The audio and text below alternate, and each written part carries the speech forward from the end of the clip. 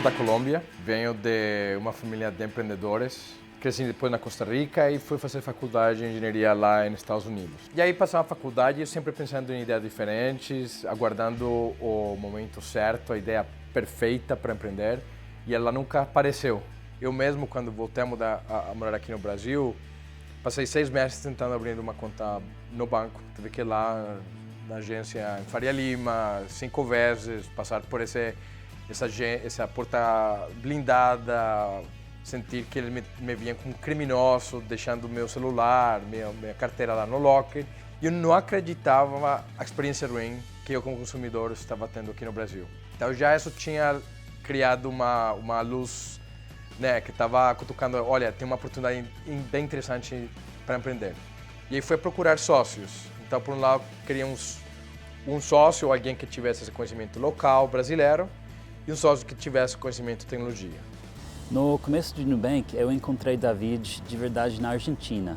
David disse, vamos para o Brasil, vamos criar um banco. E ali eu estava vendida, né? O David até hoje fala que eu fui a venda mais fácil que ele fez na vida fui eu, né? Inicialmente o nome era EOS, e aí quando eu fui a tentar registrar esse nome, já estava registrado. A gente mudou para EO2, e numa reunião com Doug Leone da Sequoia, um dos nossos investidores lá na Califórnia, eu lembro que ele falou, olha, esse nome tá horrível, esse nome é muito nerd. E aí depois, já na segunda iteração, a gente foi lá e pegou uma agência aqui que nos ajudou, a gente viu vários conceitos e gostamos muito esse nome Nubank. Gostava muito porque essa parte do Nu relatava muito bem muitos dos nossos valores e da ideia da empresa que a gente queria criar. Essa parte de, por um lado, Nu é sem roupas, né, pelado basicamente, sem preconceitos, sem julgamentos, simples, transparente. E por outro lado também está a parte de new, de algo novo, que era exatamente isso que a gente queria criar com o nosso consumidor, em oposição do o velho, o dinossauro, os bancos, os incumbentes, esse mundo antigo que a gente queria disrumpir, que a gente queria quebrar e repensar completamente. No começo mesmo, foi muita coisa assim no nosso CPF, a gente botou muito dinheiro do bolso, eu e ele, sabe? Para comprar móveis, para alugar a casinha lá onde a gente começou, né? Eu queria mesmo muito uma casa, eu não queria um escritório lá tradicional, porque acho que esse ambiente, primeiro era muito barato, a gente não queria gastar muito dinheiro. E a gente olhou várias opções, mas quando a gente chegou a ver uma opção na Rua Califórnia, tinha muita simbologia que a gente começasse lá.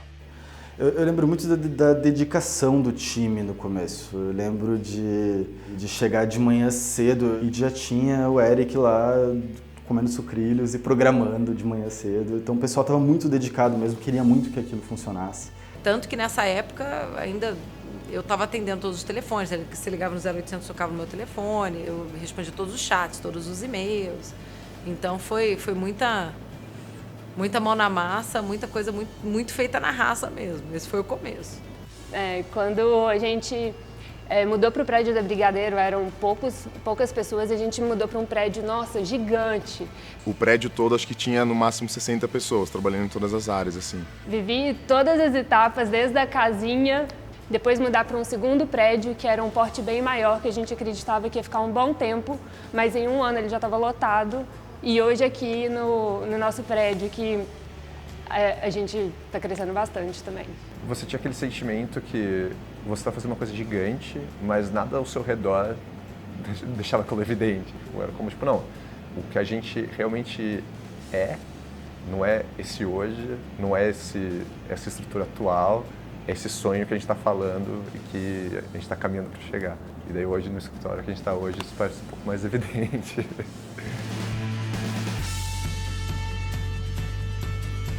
A gente começou inconformado, a gente começou revoltado com pagar, né, as maiores tarifas do mundo, as maiores taxas de juros do mundo e ter esse serviço horroroso, né, de ser vítima, refém. Eu acho que é esse inconformismo, essa revolta que driva, né, que é a força motriz de tudo que veio depois. Então o que a gente sempre fala é que a gente quer ver nossos clientes ou pessoas no Brasil, nos nossos mercados, falando, olha banco, por que você não pode ser mais como no Nubank? Não só isso, senão, olha, empresa seguradora, por que você não consegue ser mais como no Nubank? Empresa telecom, por que você não consegue ser mais como no Nubank? Governo, por que você não pode ser mais como no Nubank? Então, desse jeito, a gente cria essa influência, construi essa influência em diferentes indústrias e viramos o benchmark de serviços no Brasil e em outros países, eventualmente.